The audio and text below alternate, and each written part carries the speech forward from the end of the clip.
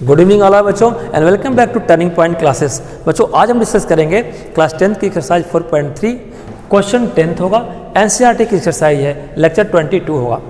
NCERT की book उठाइए, question को पहले पढ़ते हैं, कंसेप्ट समझते हैं, फिर सॉल्यूशन की बात करेंगे। Question 10, an express train take 1 hour less than the passenger train to travel 132 kilometre. ठीक है, चलिए बाद में देखेंगे इसको।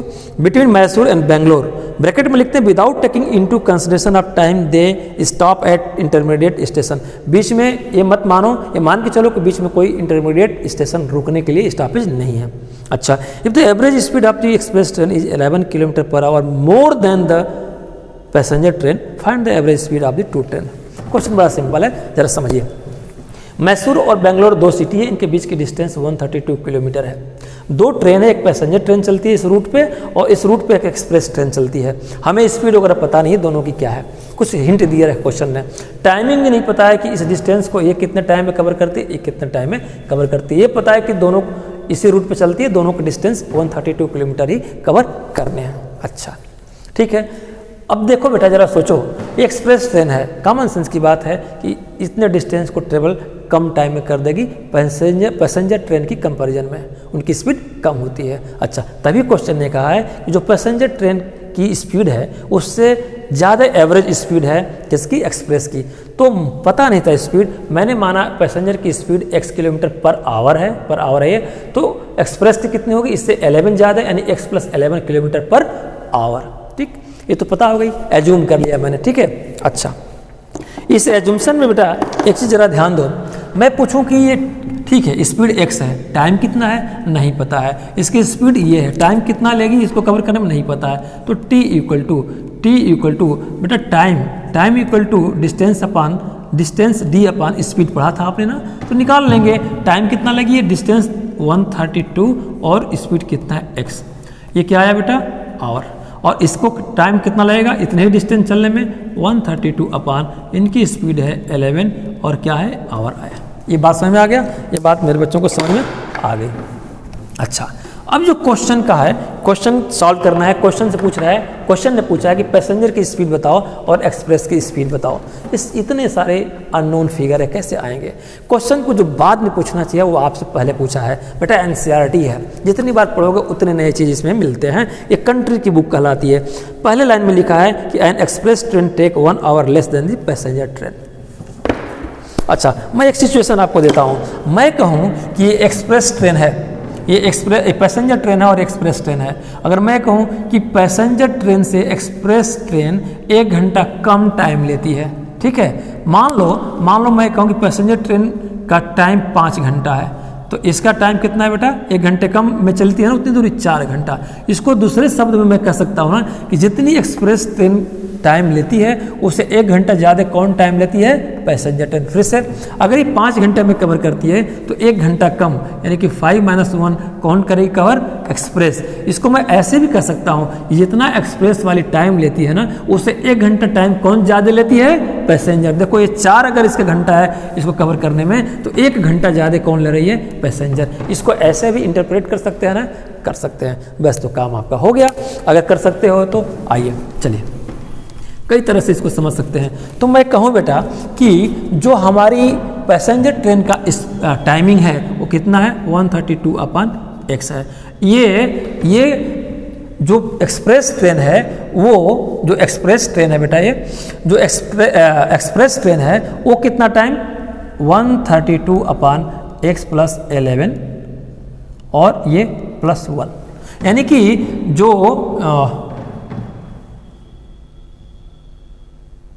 इक्वल टू, हाँ अगर पैसेंजर टाइम, फिर समझिए कि पैसेंजर ट्रेन का टाइमिंग कितना है, पैसेंजर ट्रेन का टाइम ये किसका है, ये टाइम है, ये पैसेंजर का है, ये पैसेंजर का टाइम है, और ये एक्सप्रेस का ये टाइम है। ये क्या लिखूँ मैं, ये एक्सप्रेस का टाइमिंग।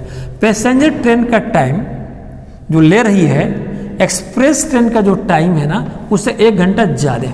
देखो इनका जो टाइम है पैसेंजर का वो किसके बराबर है, ये कितने के बराबर है, जो एक्सप्रेस ट्रेन का टाइमिंग है उससे 1 ज़्यादा। फिर से मैंने क्या लिखा था कि पैसेंजर ट्रेन का टाइम अगर 5 घंटा है, टाइम है 5 घंटा, या ऐसे मैंने लिखा था कि जो एक्सप्रेस ट्रेन का टाइमिंग क्या था 4 घंटा मैंने लिखा था ना, उससे एक ज़्यादा कितना है इनकी टाइमिंग। तो जो एक्सप्रेस ट्रेन का टाइमिंग है उसमें एक ज़्यादा जोड़ देंगे, उतना ज़्यादा टाइम में ये कवर करेंगी। हो गया बेटा, ये बात समझ में आ गई। अभी क्वेश्चन जब आ गया तो इस क्वेश्चन को सॉल्व करते हैं फटाफट। तो इसको ऐसे कर सकते हैं 132/x, इसको इधर लेके आएंगे, ये प्लस है माइनस हो जाएगा 132/x + 11, ठीक है, और ये अपनी जगह पे 1 रह जाएगा। यही इक्वेशन आपके बनेंगे। फिर से समझ लो बेटा, मैंने क्या कहा था कि अगर ये पैसेंजर ट्रेन का टाइम 5 घंटा लेती है उतने चलने में, तो ये 4 ही घंटे में चलेगी। इसको क्या लिखा मैंने 5 - 1, यानी कि इसको ऐसे भी समझ सकते हैं कि अगर ये एक्सप्रेस ट्रेन 4 घंटे में चलती है तो इनको चलने में 4 और प्लस 1 घंटे ज़्यादा लगेंगे पैसेंजर वाले को, देखो इनसे 1 घंटे ज़्यादा।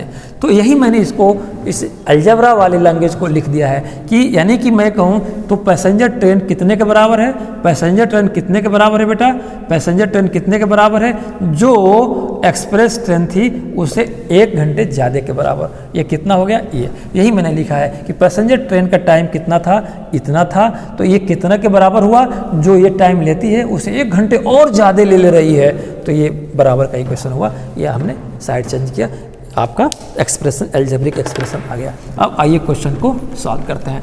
हाँ, प्रेजेंटेशन देना है, तो हम लोगों ने क्या किया बेटा, पता नहीं था, तो let speed of the passenger train, let speed of passenger train, passenger train की स्पीड कितनी है, x km/h, ठीक है बेटा, ये पैसेंजर ट्रेन की। तो एक्सप्रेस ट्रेन की स्पीड कितनी है, express speed of express train कितना बेटा, ये x + 11 km/h। अच्छा, अब इसी को मैं एक लैंग्वेज में लिख दूंगा, अब मैं लिखूँगा पैसेंजर ट्रेन का time taken by passenger train, यानी कि time taken by passenger train की कितना टाइम टेकिंग है, यही तो था 130, यहाँ से लिख दूँ, जगह चाहिए मुझे, 132/x। ये पैसेंजर ट्रेन कितना टाइम लेती है, एक्सप्रेस ट्रेन से 1 घंटे ज़्यादा, तो एक्सप्रेस ट्रेन का टाइमिंग कितना था, x + 11, और इनसे 1 घंटे ज़्यादा, बस ठीक है, यही था। इक्वेशन को ऐसे कर देते हैं 132/x - 132/x + 11 इक्वल टू ये 1, ये इधर आ गया, प्लस है माइनस हो गया, और ये अपनी जगह पर रहेंगे ये। अब इसको सॉल्व करते हैं, एलसीएम ले लेंगे, x + 11 ये एलसीएम होगा, x से करेंगे डिवाइड, ये x + 11 होगा, इससे इसमें माइनस हो जाएगा, तो माइनस कैसे होगा 132 और x + 11 ये, ठीक है, इसमें डिवाइड करेंगे, ये x + 1 x + कैंसिल हो गया, x बचेगा, x से इसमें मल्टीपल हो जाएगा, माइनस से माइनस लिख देंगे 132x। ये बहुत बार बताया मैंने, अब इस पर दिमाग नहीं लगाना, ठीक है बेटा। इसको जरा सिंप्लीफाई कर लेते हैं, 132x + 11 और 132 का मल्टीपल करोगे, 1 2 1 3 1, कितना जाएगा 1452 ये आया, माइनस 132x डिवाइडेड बाई, इसको खोल देते हैं यहीं पे, x × x क्या हो जाएगा x² और प्लस 11x इक्वल टू 1, ठीक है बेटा। इसको 1 को ऐसे लिख देते हैं न्यूमरेटर डिनोमिनेटर में, और यहीं पे क्रॉस मल्टीपल करेंगे अगले स्टेप में, ठीक, क्रॉस कर दीजिए। आइए इसको मैं मिटा दूँ, अब समझने के लिए बताया था, ठीक है, मिटा देते हैं। आइए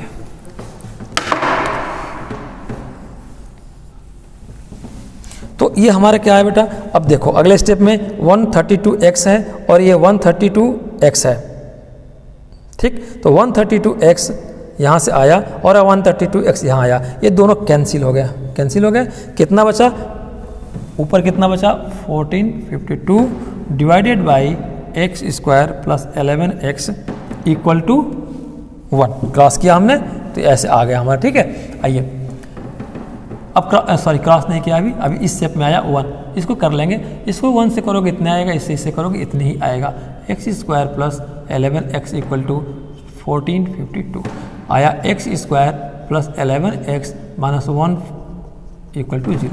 यहाँ तक किसी बच्चे को दिक्कत हो तो मुझे ब्रेक लगाओ, x² + 11x - 1452 equal to 0।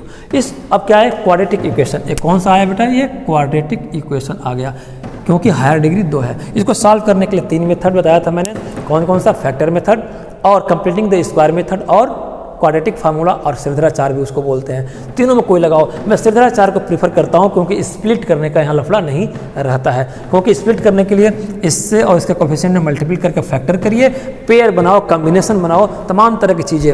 Shridharacharya में बस रूट दिखता है, लेकिन रूट के अंदर ऐसी चीज़ आती है सॉल्व करने पर कि उसका स्क्वायर रूट निकल जाता है, तो देखने में बड़ा लगता है, सॉल्यूशन उसका आसान। लेकिन मैं इसको फैक्टर मेथड से कराऊंगा, क्यों, क्योंकि मेरे बच्चे अभी तक जो मैंने क्वेश्चन बहुत सारे कराए हैं वो श्रीधराचार्य से कराए हैं, ताकि ये ना सोचें कि मैं भूल गया और आप भी भूल गए। चलिए कैसे निकालते हैं, यहाँ कोफिशिएंट 1 है तो 1 से मल्टीपल इतने रहेगा, इतने, तो क्या करते थे 14, 15, 2 का डिवीजन मेथड से फैक्टराइज करते थे। तो 2 से डिवाइड करते थे, 2 से डिवाइड कर लोगे 7, ठीक है, फिर 2 से डिवाइड करोगे 6 और 3, ठीक है बेटा। और यहाँ पे ध्यान देना है कि बहुत 2 से मत करो, कोई दिमाग भी लगाओ। अगर 3 से डिवाइड कर दो 1, 2, 1, और यहाँ पे देख लो 11 × 11, यहाँ पे 11 हो जाएगा, तो ये 11, फिर 11 से कर दोगे ये 1 हो जाएगा। तो क्या आया फैक्टर आपका, 2 × 2 × 3 × 11 × 11। यहाँ तक कोई मेरे बच्चों को दिक्कत, कोई दिक्कत नहीं। इनमें से इतने फैक्टर हैं, सिर्फ 2 फैक्टर को लाना है। कैसे फैक्टर लाओगे, कॉम्बिनेशन बना करके। तो मैं कॉम्बिनेशन बना के, और ऑब्जेक्टिव क्या है आपका, ऑब्जेक्टिव ये मिडिल टर्म है 11x, इसको 2 टुकड़े में तोड़ना है। ऐसा 2 फैक्टर करो जिनका सम या सब्ट्रैक्शन इसके बराबर आ जाए, साइन सहित। तो अब देखो, फिर 2 लो, फिर इतने को मल्टीपल करो, फिर 4 लो, फिर इतने करके 2 बनाओ, बहुत टाइम लगता है, इसलिए श्रीधराचार्य क्वाड्रेटिक फार्मूले को हम प्रेफर करते हैं। लेकिन यहाँ पे कॉम्बिनेशन बनाना चाहो तो देखो, ये 4 है और ये 11 है, कितना आ गया 44, कुछ दिमाग लगाना पड़ेगा। और ये 11 और 3 कितना आया 33, यानी कि इन दोनों का सम कितना हो जाएगा, ये 7 ये तो नहीं होगा, लेकिन दोनों का सब्ट्रैक्शन बेटा ये क्या दे देगा आपको, 11 दे देगा, ये 11 दे देगा। तो सम या सब्ट्रैक्शन दोनों में से कोई एक चलेगा। तो ये 2 फैक्टर आए, ये 44 आया और ये 33 आया, 33, और यहाँ पे प्लस 11 है, तो ठीक है ऐसे कर देंगे। देखो दोनों का x है तो x कर देंगे। इसका मतलब हुआ कि 11 को किससे रिप्लेस कर देंगे, 44x - 33x, ये हमारे फैक्टर आ गए। चलिए अब क्वेश्चन को आगे बढ़ाते हैं। इसका मतलब हम लिख सकते हैं कि x² + 44x - 33x - 1452 = 0। अब पेयर बना लो, पेयर बना करके कैसे करेंगे, दोनों में x कॉमन है, x हो गया, x से डिवाइड करो इसमें तो यहाँ x बचेगा, और इसमें करोगे x कैंसिल हो जाएगा 44। ये बहुत बार बताया मैंने, टाइम वेस्ट नहीं करूँगा मैं। इसमें कितना x नहीं है, 33 कॉमन हो जाएगा, 33 कॉमन हो गया तो 33 माइनस है ना, तो माइनस से डिवाइड करोगे x बच जाएगा, और इस -33 से इसको डिवाइड कर दोगे तो यही आएगा 44। दिमाग लगाना चाहिए एग्जाम में, = 0। अगर ये स्प्लिट सही है तो एक बार जो ग्रुप में आ गया ना बेटा, जो यहाँ पे एक बार 44 कर लिए, तो जो 33 से करोगे तो इसके बीच में भी 44 आएगा। अब चलो दोनों में क्या कॉमन है, ये कॉमन है, x + 44, ठीक है। दूसरा x - 33 यहाँ पे लिख दो, 33 = 0। दोनों 0 है, एक बार ये 0 रहा होगा तो 0 × 0 0, या एक बार ये रहा होगा 0 × 0 0, दोनों को बारी बारी से करेंगे। x + 44 = 0, तो x = -44। एक बार इसको 0 करो तो x - 33 = 0, तो x = कितना आया 33। अच्छा, अब यहाँ पे जरा ब्रेक लगाओ। ये एक आया आपके पास, एक ये, और एक आपके पास ये आया। अब देखो बेटा, ये नेगेटिव साइन है, ये पॉजिटिव। x को क्या एज्यूम किया था मैंने, स्पीड ऑफ द ट्रेन। तो स्पीड ऑफ द ट्रेन कहीं नेगेटिव में होती है क्या, -44 km/h, -44 km/h से मेरी ट्रेन, मेरी गाड़ी चल रही है, पॉसिबल है क्या, नहीं। स्पीड हमेशा की स्पीड और टाइम नेगेटिव नहीं होते, ये पॉजिटिव ही होंगे। तो हमारे लिए ये किसी काम के ये नहीं है, मेरे लिए जो काम का है ये है, ठीक है। क्वेश्चन ने पूछा है कि ट्रेन की स्पीड बताओ, किसकी, पैसेंजर की और एक्सप्रेस की, कोई बात नहीं। अब मैं यहाँ पे लिखूंगा आपका आंसर, ठीक है। तो speed of passenger train, speed of passenger train कितना है बेटा, ये आ गया, x माना था आपने ना, तो 33। अब ये 33 आया, ये किस में स्पीड होती है, km/h में। स्पीड ऑफ एक्सप्रेस ट्रेन,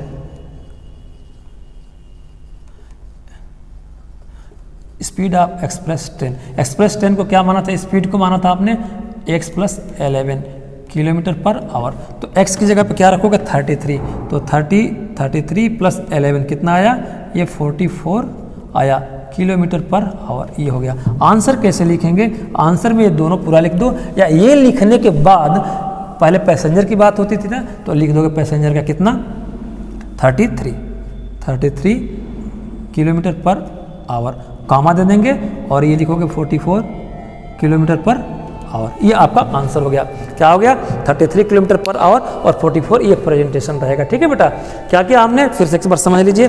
हम लोगों ने कुछ नहीं किया, पैसेंजर की स्पीड निकाल लिया, एज्यूम कर लिया, ये क्वेश्चन में दे रखा है 11 ज़्यादा, टाइम निकाल लिया। ट्रिक सिर्फ इतने हैं कि दोनों को टाइमिंग में 1 घंटे का अंतर है। क्यों अंतर है, क्योंकि एक्सप्रेस ज़्यादा तेज चलती है। कॉमन सेंस लगाया कि पैसेंजर ट्रेन कितने के बराबर है, पैसेंजर ट्रेन का टाइम कितना के बराबर है, तो इनके टाइमिंग के 1 ज़्यादा के बराबर, तो उसी के बेसिस पे हमने इक्वेशन बना लिया यहाँ पे। ठीक है, क्वाड्रेटिक इक्वेशन आया, सॉल्व कर दिया हमने फैक्टर मेथड से, ये सॉल्यूशन आया।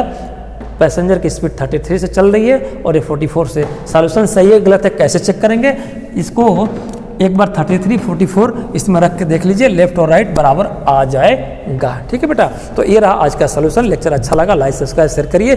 डेली अपील करता हूँ, आज भी कर रहा हूँ, राष्ट्र आपका है, राष्ट्र हित में बिजली बचाए। आपकी छोटी सी बचत किसी घर का उजाला बन सकती है। और ध्यान रखें, बिजली की चोरी दंडनीय अपराध है।